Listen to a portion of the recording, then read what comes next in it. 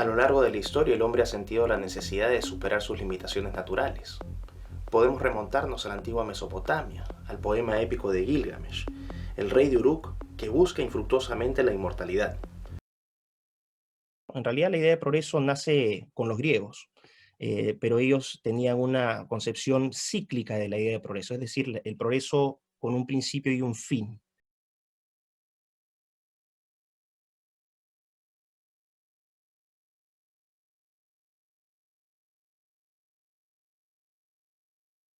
que cambia con el cristianismo. El cristianismo aporta la primera idea de progreso tal como la conocemos hoy. La idea de progreso la desarrolla principalmente San Agustín de Hipona. Esta idea de progreso que es lineal, ascendente, ¿no? Y que tiene un fin de mejora hacia un destino final, que en este caso sería desde el cristianismo un fin de mayor trascendencia del ser humano.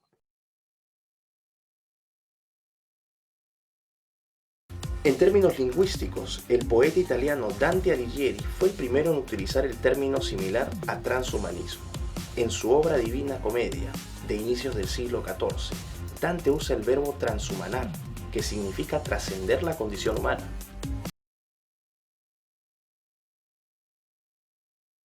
O Fausto, el protagonista de la leyenda germánica que vende su alma al diablo a cambio de una vida de conocimiento y placer ilimitados.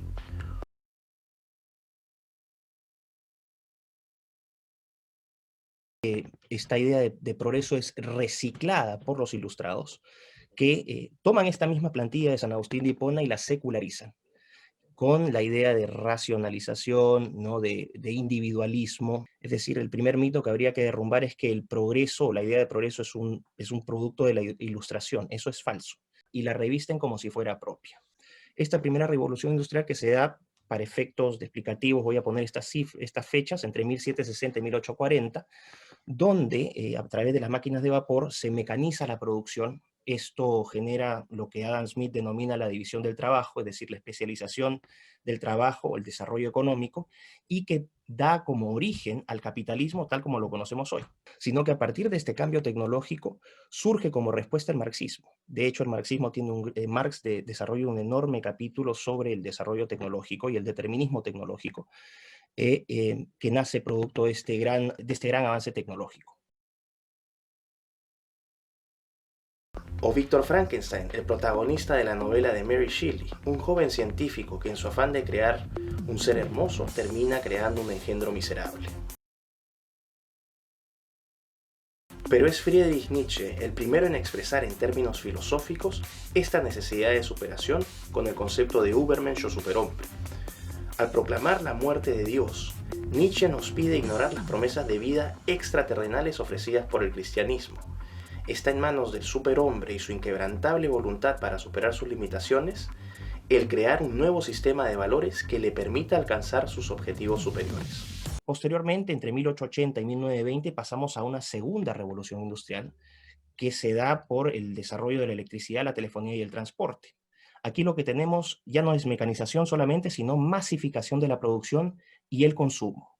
Se habla de una primera ola de globalización, es decir, la primera vez en la historia, a través de estos instrumentos del telégrafo, ¿no? De comunicación, donde se pueden sincronizar actividades en diferentes partes del mundo. Y aquí el progreso adquiere un carácter de religión, es decir, al progreso material que traen estos cambios científicos y tecnológicos, también se va secularizando paulatinamente esta idea de progreso, se convierte en una religión secular.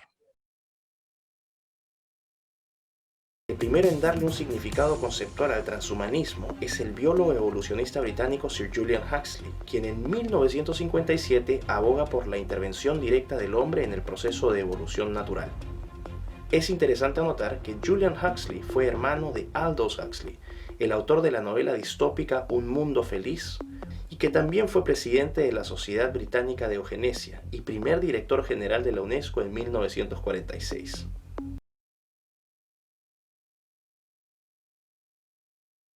Tercera revolución industrial que empieza en los 70s, que se da a través de las tecnologías de información y comunicación, que llevan a la automatización y digitalización de la economía. Aquí estamos hablando de una segunda ola de globalización que no solamente es económica, sino que también empieza a ser política. La consolidación de la Unión Europea, la formación de los organismos supranacionales especializados, ¿no? La Organización Mundial de Comercio, etcétera. Y esto lleva a una, vamos a decir, a la integración de lo que en lenguaje progresista se llama la aldea global.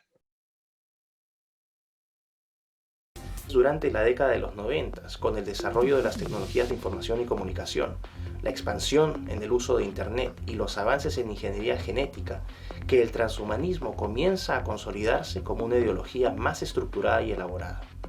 Esto deriva formalmente en la fundación de la Asociación Mundial de Transhumanismo y la Declaración Transhumanista en 1998.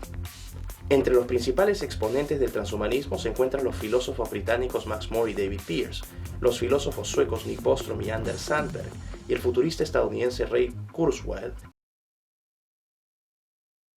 Los transhumanistas parten de la premisa que la evolución biológica o natural es un proceso innecesariamente lento y cruel, que se reduce a la transmisión de genes. Nuestra dependencia de la lotería genética nos convierte en seres vulnerables a enfermedades, sufrimiento y vicios morales, como el odio, la venganza, la envidia, los celos, la depresión. Peor aún, nuestra genética y biología nos condenan a muerte. Los transhumanistas sostienen que no tenemos por qué aceptar este destino mortal, ya que en la tecnología encontramos un instrumento que nos permite emanciparnos de la fragilidad y finitud de la naturaleza humana. Los transhumanistas toman la posta de Julian Huxley para proponer que la evolución biológica dé paso a la evolución por diseño inteligente, no de Dios, sino del hombre. Establecer 3 principios o aspiraciones básicas de su ideología. La primera de ellas es la superlongevidad. El envejecimiento es una enfermedad, así lo sostiene el gerontólogo inglés Aubrey de Grey, quien trabaja en medicina regenerativa para detener y revertir este proceso. El segundo principio o aspiración es la superinteligencia. Nuestro cerebro darwiniano es primitivo y nos priva de experiencias cognitivas y sensoriales que mejorarían notablemente nuestra experiencia de vida. Ray Kurzweil y Nick Bostrom sostienen que debemos aprovechar el desarrollo exponencial de las computadoras para integrarnos o fusionarnos con ellas y así aprovechar su poder y velocidad de procesamiento de información. El tercer principio o aspiración es el superbienestar. La evolución biológica, ya vimos, conlleva sufrimiento. Para David Pearce, de nada servirían la superlongevidad y la superinteligencia si nuestra calidad de vida es miserable.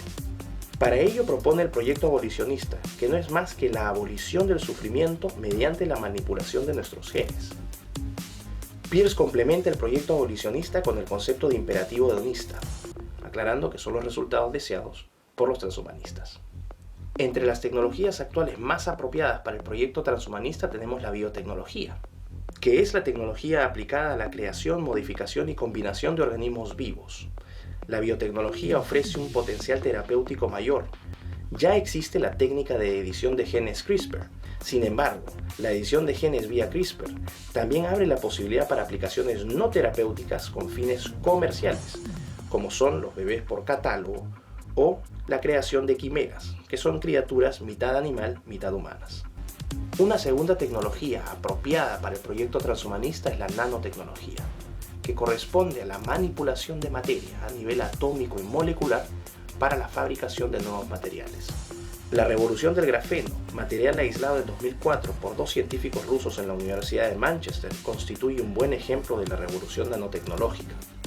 Finalmente tenemos la inteligencia artificial, que es la tecnología mediante la cual las máquinas, especialmente los sistemas computacionales, simulan las funciones de la inteligencia humana. Los transhumanistas aspiran a que algún día las máquinas puedan aprender y pensar por sí mismas, pero también a la posibilidad de que éstas adquieran conciencia de su propia existencia. La idea de superinteligencia busca alcanzarse mediante la fusión del hombre con la computadora. A simple vista, la oferta del transhumanismo resulta muy atractiva, pero todo tiene un costo. Para convertirnos en superhumanos, debemos dejar de ser humanos. Las intervenciones tecnológicas propuestas por los transhumanistas transformarían nuestra actual condición y naturaleza humanas de manera radical, irreversible y permanente. Por posthumanos se entienden formas de vida que no requieren cuerpos, sean biológicos como los que hoy tenemos o artificiales como los que propone el transhumanismo. sino conciencias individuales que se integran para formar una superinteligencia colectiva intangible y eterna.